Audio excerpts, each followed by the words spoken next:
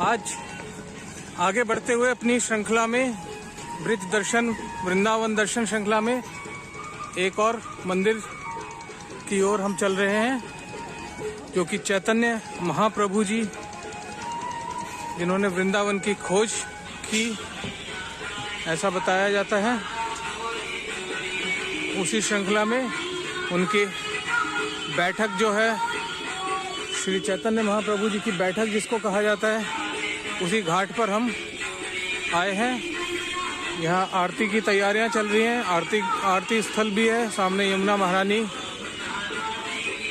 का सुंदर जल आप देख सकते हैं, सुंदर छटा है। यह पवित्र गौ माता इमली तला घाट तथा सामने ही यह परिक्रमा है, परिक्रमा मार्ग। यहाँ लोग परिक्रमा लगाते हुए, और यह सुंदर महाप्रभु जी की बैठक लिखा हुआ है, ये दर्शन है। सुंदर मंदिर इमली तला, इसको इमली तला मंदिर भी बोला जाता है।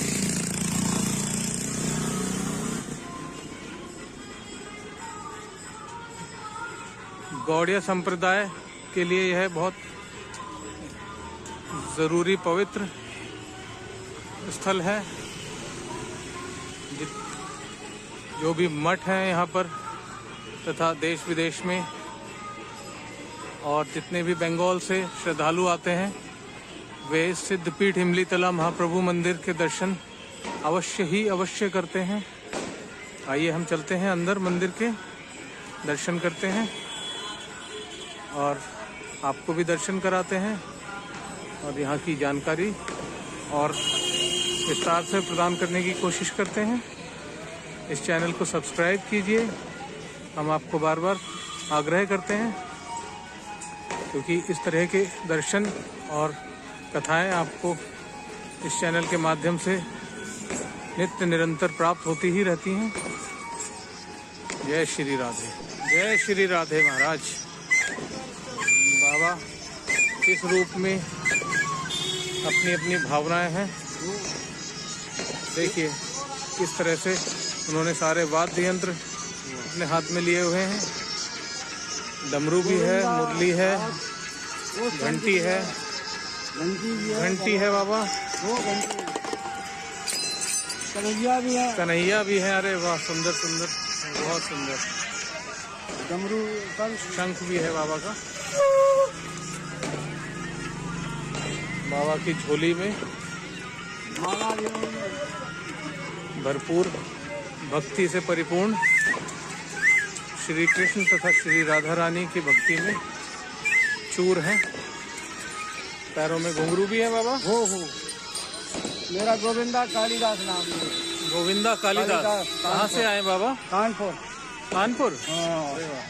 और यहाँ रुकता हाथी किला एक आश्रम है। अच्छा, यहाँ इमली तला के दर्शन करने आए बाबा? वो दर्शन ही करते रहते हैं। बहुत सुंदर, बहुत सुंदर। हो गया तो 2.5-3 महीने यही आनंद ले रहे हैं। बहुत सुंदर बाबा, बहुत सुंदर। आप ऐसे भक्त मिल जाते हैं, चाय पानी होता। इस तरह से यहाँ मंदिर के विषय में सारी जानकारी है, किंतु आप देख सकते हैं ये धूल के कारण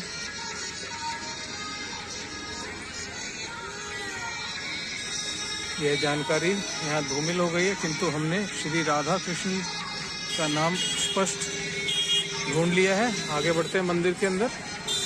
श्री राधा सिद्धपीठ इमली तला महाप्रभु मंदिर, आगे बढ़ रहे हैं।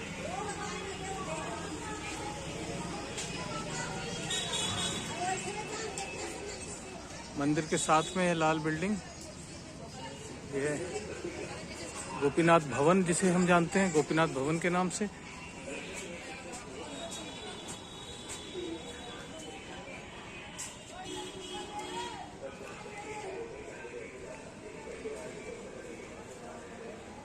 सब यहाँ पर बंगाली में अंकित है।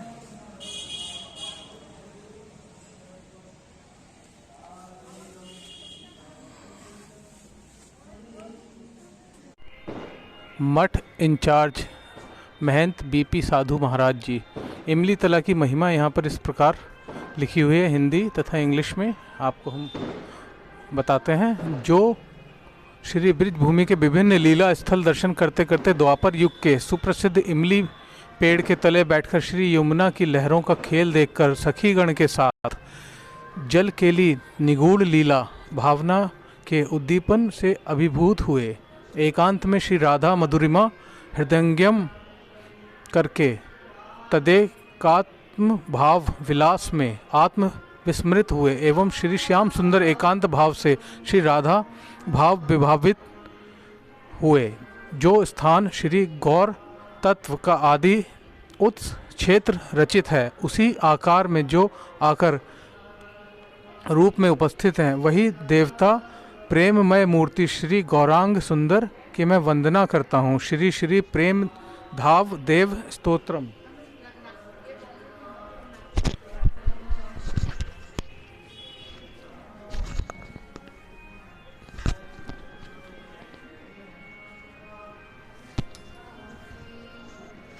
When Shri Chaitanya Mahaprabhu was sitting in solitude under the Imli tree and seeing the dancing waves of the Yamuna,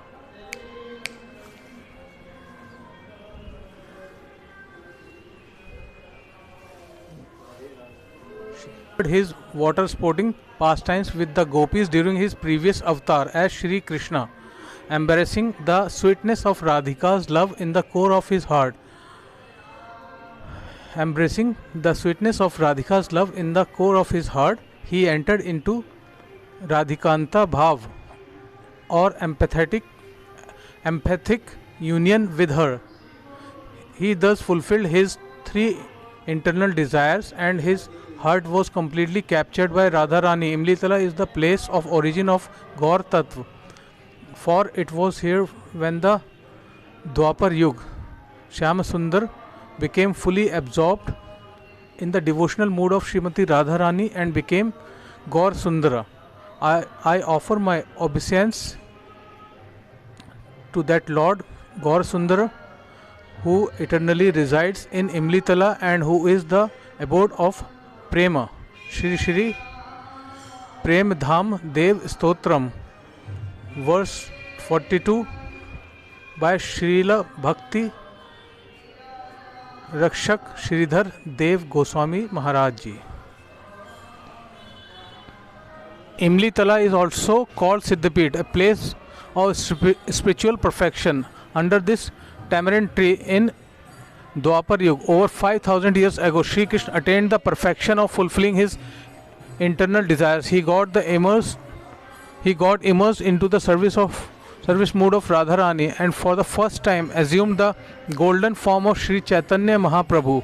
Only after first attaining the mood of Seva in Imlitala, he was able to genuinely serve Radharani in Seva Kunj. सेवा कुंज वही जगह स्थान है जहाँ पर हमने आपको पिछले वीडियो में भी दर्शन कराए हैं, सेवा कुंज के, जो आप हमारे पुराने वीडियोस में जाकर के देख सकते हैं। Seva Kunj, the heart of Vrindavan. Krishna took shelter of this imli tree for attaining his golden perfection because it was under this tree that Shrimati Radharani was earlier crowned the queen of Vrindavan. बहुत सुंदर, अति सुंदर. In Kalyug, over 500 years ago, 500 साल पहले, Mahaprabhu spent most of his time in Vrindavan under this same Imli tree. Here while chanting Krishna Nam, due to the various stimulants of Vrindavan invoking his previous enjoying spirit of Krishna, he once again turned blackish and shortly lost the treasure of Radha Bhav, the mood of service of Radha Rani. He to ensure that he would not lose it again, he decided to return to Jagannath Puri Dham. Although he had long desired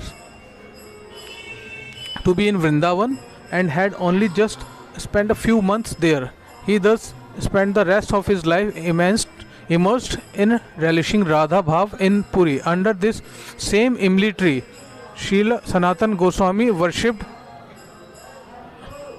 his beautiful Gaur Nityanand deities, Imlitala was so dear to Sri Bhakti Siddhanta Saraswati Mahaprabhu Prabhupada that he once said, I am living eternally in Imlitala by building a magnificent temple here in Imlitala. Srila Bhakti Saranga Goswami Maharaj fulfilled the desire of Srila Prabhupada. This is also evident by the fact that the Mahaprabhu deity on the altar center in this temple had been installed by Srila Prabhupada and was leading all of his Vrij Mandal Parikramas. जय श्री राधे।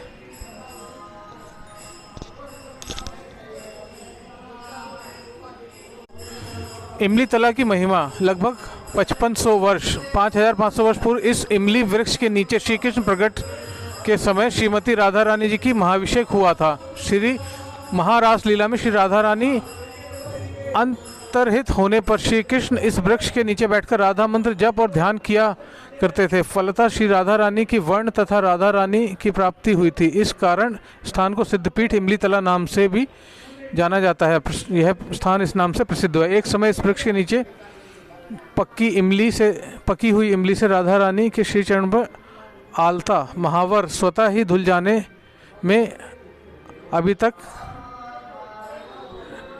84 कोस bridge भूमि में इमली नहीं पकती, ऐसा कहा जाता है। पूरे bridge भूमि में इमली नहीं पकती है। सन 1516 में कार्तिक पूर्णिमा में भगवान श्री कृष्ण चैतन्य महाप्रभु ने वृंदावन धाम में पधार कर इस वृक्ष के नीचे बैठकर नाम संकीर्तन किया। इस वृक्ष की एक शाखा टिकमगढ़ राजा के महल के ऊपर फैल गई थी, जिन्हें राजा ने काट दिया। तब उस डाल से लगातार 3 दिन तक खून निकला था। ऐसा यहाँ पर इमली तला और इमली के वृक्ष की महिमा यहाँ पर बताई गई है। यह वह इमली का वृक्ष है, प्राचीन वृक्ष। जय हो श्री। मंदिर के अंदर के दर्शन आप कर सकते हैं। मंदिर के गर्भगृह में फ़ोटो खींचना वर्जित है, तो हम आपको ये बाहर से ही मंदिर के दर्शन करा रहे हैं और यहाँ की महिमा हमने आपको विस्तार पूर्वक बताई। यह वृक्ष इमली का वृक्ष अति पवित्र वृक्ष क्यों है और यहाँ से जुड़ी हुई बाकी जानकारी भी आपको प्रदान की। आइए हम मंदिर की परिक्रमा करते हैं तथा पीछे चलते हैं। यह वृंदा महारानी, तुलसी महारानी और सुंदर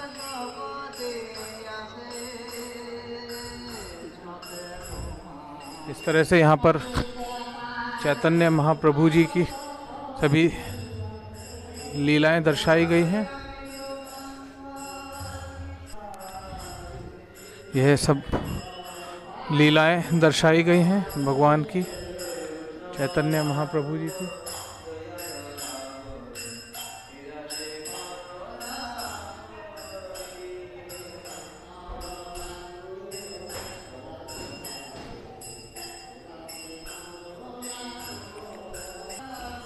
मंदिर की परिक्रमा पर स्थित है ये।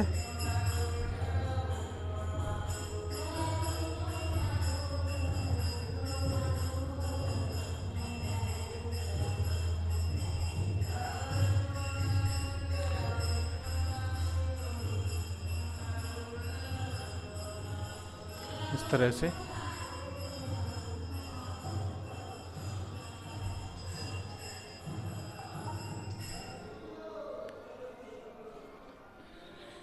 यह मंदिर के बैक साइड, पीछे के साइड से द्वार है, जो कि सीधा पीछे से हम होकर के जाएंगे तो सेवा कुंज के पास पहुंचेंगे।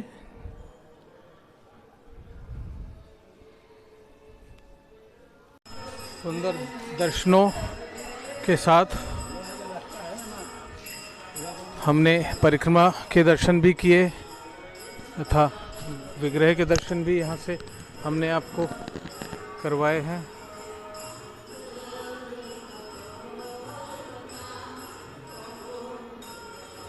सुंदर दर्शन, पूरे इतिहास की जानकारी प्राप्त हुई। यह कितना पवित्र एवं सिद्ध स्थल है, इसके बारे में आप इस वीडियो के जरिए जान पाएंगे। यहाँ पर आइए, परिक्रमा कीजिए, दर्शन कीजिए और राधा नाम रटते रहिए।